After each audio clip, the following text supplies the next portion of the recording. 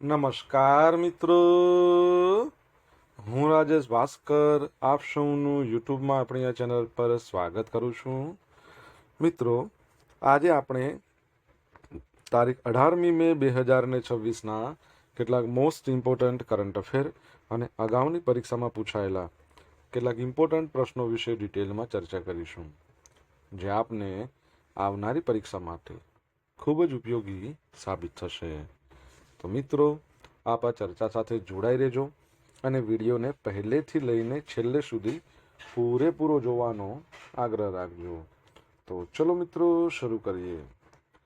શરૂઆત કરતાં પહેલાં જણાવી દઉં કે જો તમારે આપણી આ યુટ્યુબ ચેનલને સબસ્ક્રાઇબ કરવાનું બાકી હોય તો ચેનલને સબસ્ક્રાઇબ કરજો, નોટિફિકેશન બેલ આઇકોનને પ્રેસ કરીને, અને જો તમને વિડીયો પસંદ આવે તો વિડીયોને લાઈક કરજો. પરંતુ વિડીયોને શેર કરવાનું ના ભૂલતા.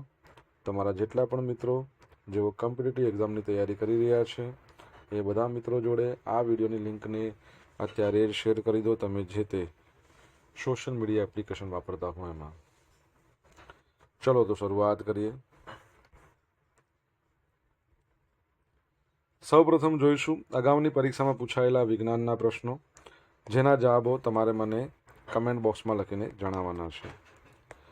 વિડીયોના લાસ્ટમાં જ્યારે હું તમને આ દરેક પ્રશ્નના જવાબ જણાવું ત્યારે તમારે ચેક કરવાનું કે તમે આપેલા પ્રશ્નો જવાબમાંથી કેટલા પ્રશ્નો જવાબ સાચા છે, અને જેટલા પણ પ્રશ્નો જવાબ સાચા હોય એનો આંકડો તમારે કમેન્ટમાં લખવાનો કે 10માંથી આટલા સાચા છે. ડેઇલી જીકે ટેસ્ટમાં આપણે રોજ 10 પ્રશ્નો પૂછીએ છીએ, એમાંથી 5 પ્રશ્નો વિજ્ઞાનના હોય છે. બાકીના જે 5 પ્રશ્નો છે એ ગુજરાતની કળા, સંસ્કૃતિ અને વારસાના છે. તો તમે તમારા આન્સર આપો નીચે કમેન્ટ બોક્સમાં, અને હું આજના કરંટ અફેરનો પ્રથમ પ્રશ્ન છે એની શરૂઆત કરું છું. પ્રથમ પ્રશ્ન છે કે ભારત કયા દેશથી ગુજરાત સુધી 40,000 કરોડની સબસી ગેસ પાઇપલાઇન બનાવવાનું આયોજન કરી રહ્યું છે? તો જવાબ આવશે ઓમાન. ઓમાનથી ગુજરાત સુધી.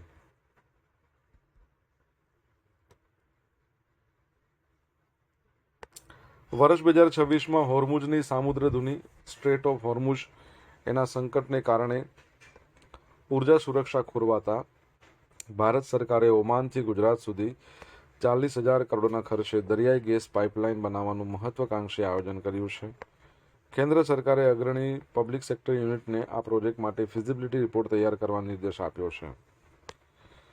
પ્રોજેક્ટની મુખ્ય વિગતો: અંદાજિત ખર્ચ 40,000 કરોડ, લંબાઈ આશરે 2,000 કિલોમીટર, રૂટ ઓમાનથી અરબી સમુદ્રથી ગુજરાત, ભારત, ઊંડાઈ સમુદ્રમાં 3,000 મીટરથી વધુ ઊંડાઈએ આ પાઇપલાઇન નાખવામાં આવશે. સમયગાળો: મંજૂરી મળ્યા પછી નિર્માણમાં 5થી લઈને 7 વર્ષનો સમય લાગશે. અંદાજિત પૂર્ણતા 2033-35ની આસપાસ. તમને ખબર છે, રિસન્ટલી આપણે ભણ્યા હતા કે ઓમાનનું જે કેપિટલ મસ્કત છે ને, ત્યાં પોરબંદરથી એક જહાજ ગયું હતું. અજંતા ઇલોરાની 17મા નંબરની ગુફા ત્યાં ચિત્રેલું દોરેલું હતું, એમાંથી બનાવવામાં આવેલું જહાજ. જૂની પદ્ધતિથી 17મી સદીની ટાંકાવાળી પદ્ધતિ, એટલે કાથીથી બાંધેલું, કોઈ પણ પ્રકારની ખીલ્લીનો ઉપયોગ નહીં, કોઈ પ્રકારનું એન્જિન નહીં, હલેશા અને સઢથી ચાલતું જહાજ. તમારે જણાવવાનું છે નામ શું હતું.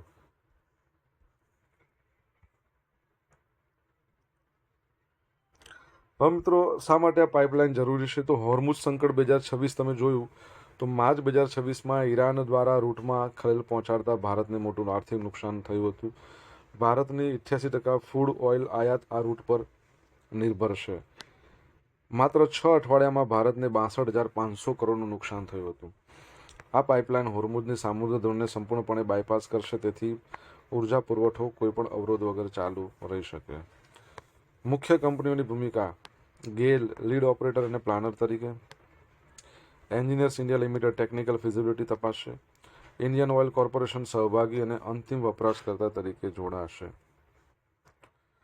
દર વર્ષે આંતરરાષ્ટ્રીય સંગ્રહાલય દિવસ ક્યારે ઉજવવામાં આવે છે? એટલે વર્લ્ડ મ્યુઝિયમ ડે અથવા ઇન્ટરનેશનલ મ્યુઝિયમ ડે. આજની તારીખ એટલે 18મી મે. તો 1977માં આંતરરાષ્ટ્રીય મ્યુઝિયમ ડેની રચના આંતરરાષ્ટ્રીય મ્યુઝિયમ ઓફ કાઉન્સિલ દ્વારા કરવામાં આવી, જેના દ્વારા 1992થી દર વર્ષે આ દિવસ ઉજવવામાં આવે છે. સંગ્રહાલયમાં સોના ચાંદીના ઘરેણાં, તેની ડિઝાઇન, યુદ્ધ શાસ્ત્રોના નમૂના, પુરાતત્વીય ઇતિહાસના નમૂના, પ્રાણીઓના અવશેષો, સંસ્કૃતિ અને સભ્યતા રજૂ કરવામાં આવે છે. 1877માં ગુજરાતમાં કચ્છ સંગ્રહાલયની સ્થાપના કરવામાં આવી હતી, જે ગુજરાતનું સૌથી જૂનું અને પ્રાચીન સંગ્રહાલય છે. ફર્ગ્યુસન મ્યુઝિયમના નામથી તે જાણીતું છે. ભારતનું સૌથી જૂનું અને મોટામાં મોટું સંગ્રહાલય ઇમ્પિરિયલ અથવા નેશનલ મ્યુઝિયમ, કોલકાતા. સયાજી બાગ સંગ્રહાલય વડોદરા એ ગુજરાતનું સૌથી મોટું સંગ્રહાલય છે. આ વર્ષની થીમ મ્યુઝિયમ યુનાઇટિંગ અ ડિવાઇડેડ વર્લ્ડ, બરાબર છે, એ યાદ રાખજો. રિસન્ટલી તમને ખબર હોય તો સમ્રાટ સંપ્રતિ એમનું એક મ્યુઝિયમ બનાવવામાં આવ્યું, જેનું ઉદ્ઘાટન કર્યું હતું આપણા વડાપ્રધાન નરેન્દ્ર મોદીએ. આ મ્યુઝિયમ ક્યાં બનાવવામાં આવેલું છે તમારે જણાવવાનું છે. વિશ્વ એડ્સ વેક્સિન દિવસ.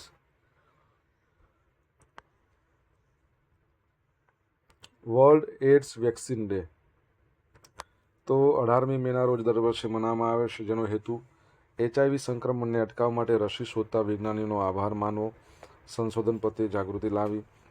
1997માં અમેરિકાના રાષ્ટ્રપતિ બિલ ક્લિન્ટને એડ્સની રસી વિકસાવવાનું આહ્વાન કર્યું હતું.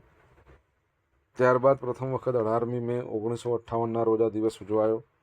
હાલમાં HIV માટે ચોક્કસ દવાઓ ઉપલબ્ધ છે, પરંતુ તેને જડમૂળથી નાબૂદ કરે તેવી કોઈ સત્તાવાર રસી હજુ સુધી શોધી શકાઈ નથી.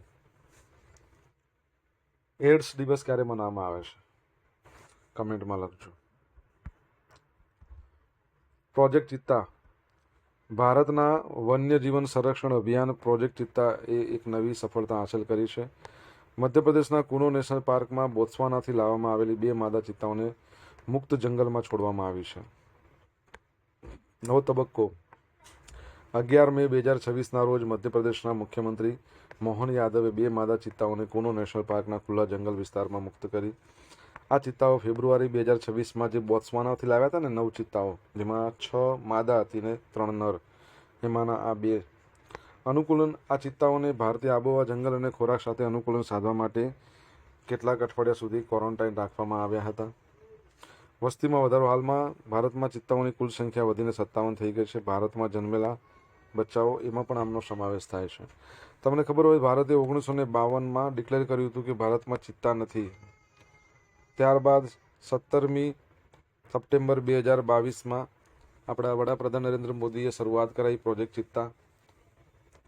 નામીબિયાથી 8 ચિત્તા લાવવામાં આવ્યા. 2023માં બીજા દક્ષિણ આફ્રિકાથી લાવ્યા અને અત્યારે 2026માં બોત્સવાનાથી લાવ્યા છે. ઓકે, તમારા માટે પ્રશ્ન, ચિત્તા દિવસ ક્યારે મનાવવામાં આવે છે? કમેન્ટમાં લખજો. મિત્રો, વિડીયો પસંદ આવ્યો હોય, ભણવાની મજા આવી હોય તો વિડીયોને લાઇક કરો, તમારા મિત્રો જોડે વિડીયોની લિંકને શેર કરો.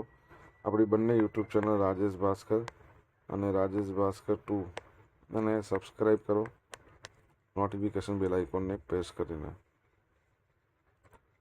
જો તમારે ડેલી કરંટ અફેરની PDF જોઈતી હોય તો આપણી ટેલિગ્રામ ચેનલને જોઈન કરજો, જ્યાં તમને પોલ્સ પણ રમવા મળશે. તાજેતરમાં કઈ સંસ્થાના વૈજ્ઞાનિકોએ પ્રયાગરાજ અને કાનપુર વચ્ચે જમીનની નીચે 200 કિલોમીટર લાંબી પ્રાચીન નદીની ચેનલ શોધી કાઢી છે?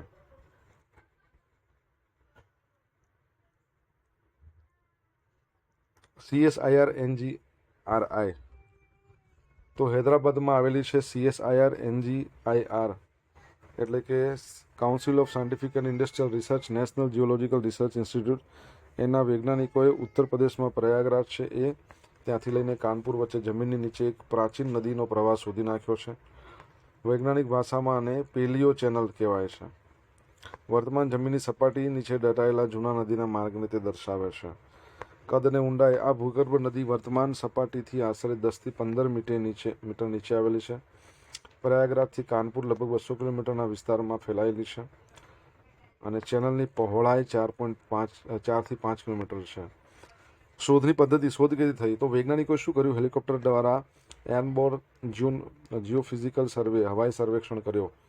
ત્યારબાદ સરાય અકીલ, સિરાથુ, ફતેપુર આવા બધા સ્થળોએ ડ્રિલિંગ એટલે ખોદકામ કરતા ત્યાં પ્રાચીન નદીની પટમાંથી રેતીના અવશેષો પણ મળી આવ્યા છે. CSIR council of scientific and industrial research 1942માં સ્થાપના. નવી દિલ્હીમાં હેડક્વાર્ટર. પ્રેસિડેન્ટ આપણા પ્રાઇમ મિનિસ્ટર. તમારે ડિરેક્ટર જનરલનું નામ કહેવાનું છે, આવડતું હોય તો કમેન્ટ બોક્સમાં લખીને જણાવો.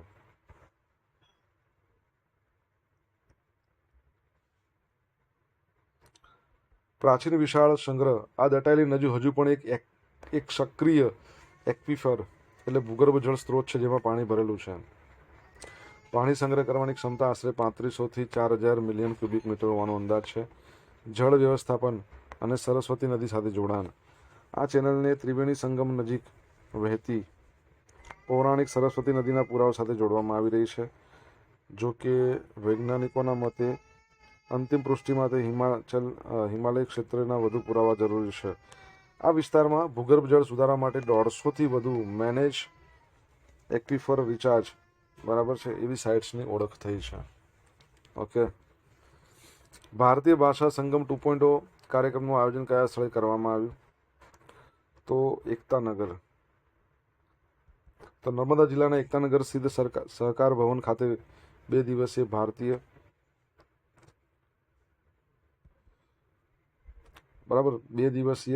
ભારતીય ભાષા સંગમ 2.0 કાર્યક્રમનો આરંભ થયો છે. ભાષા કી એકતા, એકતા કી ભાષા આવું સૂત્ર છે, બરાબર છે. અને મુખ્ય અતિથિ કોણ હતા? તો સાંસ્કૃતિક અને પ્રવાસન મંત્રી ગજેન્દ્રસિંહ શેખાવત. મુખ્ય સંદેશ શું? ભારતને માત્ર સંવાદનું માધ્યમ નથી પરંતુ સંસ્કાર અને ઓળખનો આધારસ્તંભ છે. ટેકનોલોજીના યુગમાં ભારતીય ભાષાઓને ડિજિટલ માધ્યમનું પ્રોત્સાહન આપવું જરૂરી છે. શિક્ષા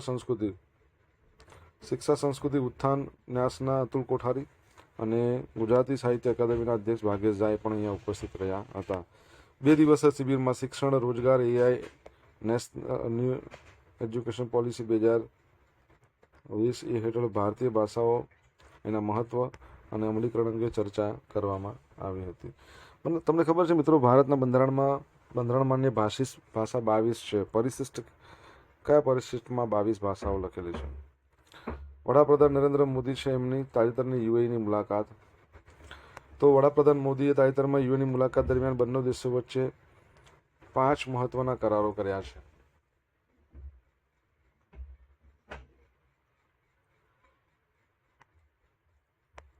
અબુધાબી પહોંચતા UAEના વાયુસેનાના F-60 ફાઇટર જેટે PM મોદીના નિવાસ વિમાનને ગાર્ડ ઓફ ઓનર સાથે એસ્કોર્ટ કર્યું. Ship repair cluster. ગુજરાતના દેવભૂમિ દ્વારકા જિલ્લાના વાડીનાર ખાતે સંયુક્ત શિપ રિપેર ક્લસ્ટર સ્થાપવામાં આવશે. મોટું રોકાણ. યુનાઇટેડ આરબ એમિરાત, ભારતીય ઇન્ફ્રાસ્ટ્રક્ચર, RBI બેન્કો અને સમ્માન કેપિટલમાં $6 અબજ રોકાણ કરશે. ઉર્જા સંકટ. તો બંને દેશો વચ્ચે LPGનો સપ્લાય અને વ્યૂહાત્મક પેટ્રોલિયમ ભંડાર અંગે કરાર થયા છે. UAE છે ને 2027માં ઓઇલ ઉત્પાદન છે 50 લાખ બેરલ પ્રતિ દિવસ કરવાનો લક્ષ્યાંક રાખ્યો છે. ઓકે, તો આ યાદ રાખજો. તમને ખબર છે UAE અત્યારે રિસન્ટલી એક સંગઠનમાંથી ખસી ગયો છે, પેટ્રોલિયમ ઉત્પાદન સાથે સંકળાયેલ છે. મિત્રો, સોશિયલ મીડિયાના માધ્યમથી તમે મારી સાથે કનેક્ટ રહી શકો છો. ઇન્સ્ટા ID છે આપણું rajesh.ભાસ્કર.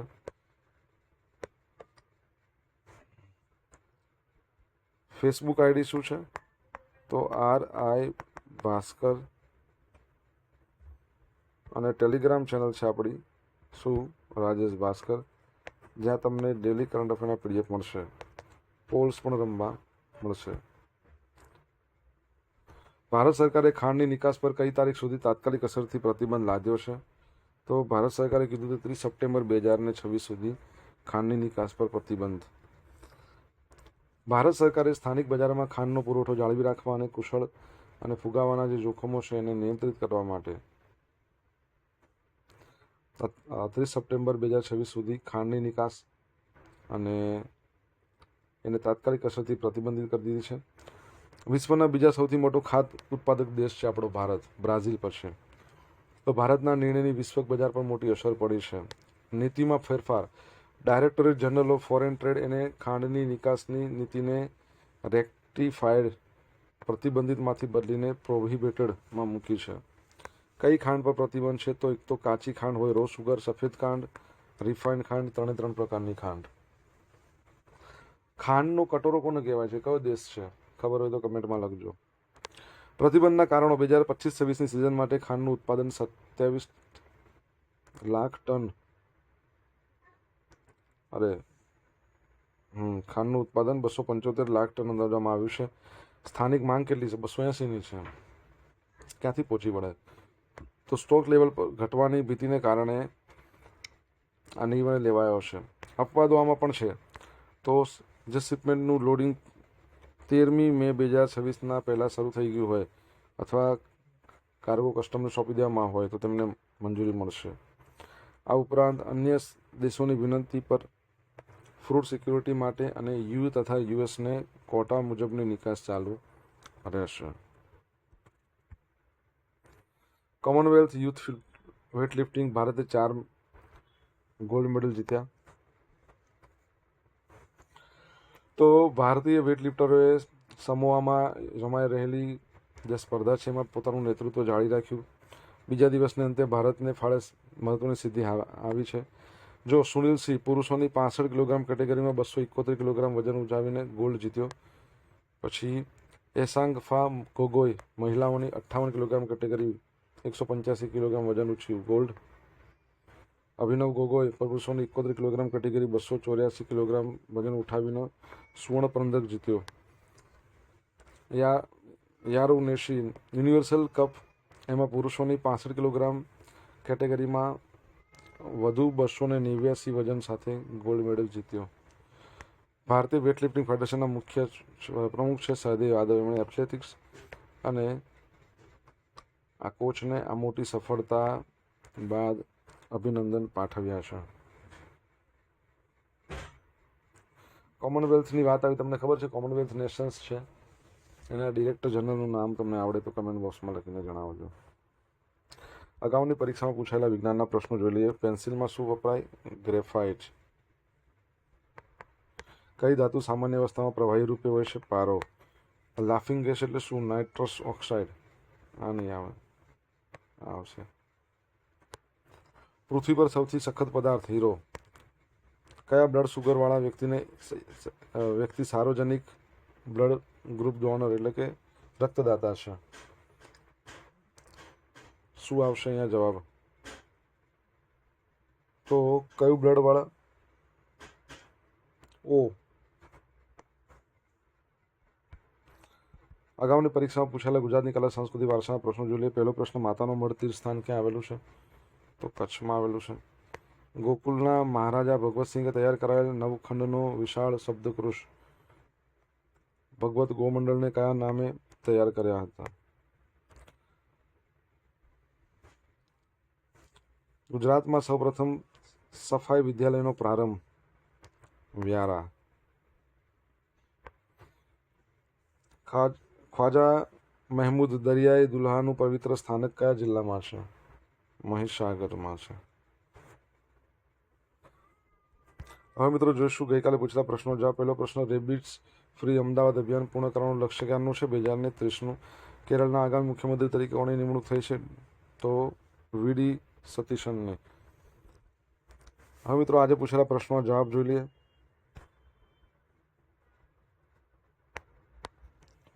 પહેલો પ્રશ્ન હતો, પોરબંદરથી મસ્કત INSV કોન્ડિન્ય ગયું હતું. સેકન્ડ પ્રશ્ન, સમ્રાટ સંપ્રતિ મ્યુઝિયમ કોબા ગાંધીનગર ખાતે આવેલું છે. ત્રીજો પ્રશ્ન, વર્લ્ડ એઇડ્સ ડે 1 ડિસેમ્બર. ચોથો પ્રશ્ન, વિશ્વ ચિત્તા દિવસ 4 ડિસેમ્બર.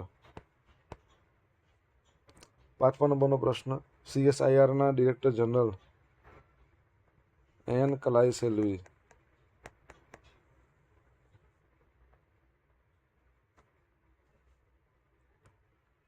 છઠ્ઠા નંબરનો પ્રશ્ન, ભારતના બંધારણ માન્ય 22 ભાષા કયા પરિશિષ્ટમાં છે? 8માં. સાતમા નંબરનો પ્રશ્ન, રિસન્ટલી UAE છે ને એમાંથી નીકળી ગયું OPEC અને OPEC પ્લસ. અને નવમો, ક્યુબાને શું કહેવાય છે? ખાંડનો કટોરો, ક્યુબા. અને કોમનવેલ્થ ગેમ્સ એના ડિરેક્ટર જનરલ શર્લી બોચવે. હવે મિત્રો જોશું ગઈકાલના કરંટ અફેરમાંથી પૂછેલા કેટલાક ઇમ્પોર્ટન્ટ પ્રશ્નો જેના જવાબો તમારે કમેન્ટમાં લખવાના. પહેલો પ્રશ્ન, ગુજરાતનું પ્રથમ ખાનગી રીતે ઉત્પાદિત સૈન્ય વિમાન C-295 ગુજરાતના કયા શહેરમાં તૈયાર થઈ રહ્યું છે? સેકન્ડ, ભારતમાં પોતાનું પ્રથમ ડેટા સેન્ટર સ્થાપવા ઉબેરે કયા ભારતીય ઉદ્યોગ જૂથ સાથે ભાગીદારી કરી છે? જવાબ આવડતો હોય તો કમેન્ટમાં લખજો. આ હતા આજના દિવસના કેટલાક મોસ્ટ ઇમ્પોર્ટન્ટ કરંટ અફેરના અગાઉની પરીક્ષામાં પૂછાયેલા કેટલાક ઇમ્પોર્ટન્ટ પ્રશ્નોના જવાબોની સાથે. આશા રાખું આપણે બધાને ભણવાની મજા પડી છે. મજા પડી તો વિડીયોને લાઇક કરો, તમામ મિત્રો જો વિડીયોને શેર કરો. આપણી બંને યુટ્યુબ ચેનલ રાજેશ ભાસ્કર 2ને સબસ્ક્રાઈબ કરો, નોટિફિકેશન બેલ આઇકોનને પ્રેસ કરીને. તો મિત્રો thank you so much for watching this video. Have a nice day. Jai Hind, જય ભારત, જય ગરવી ગુજરાત.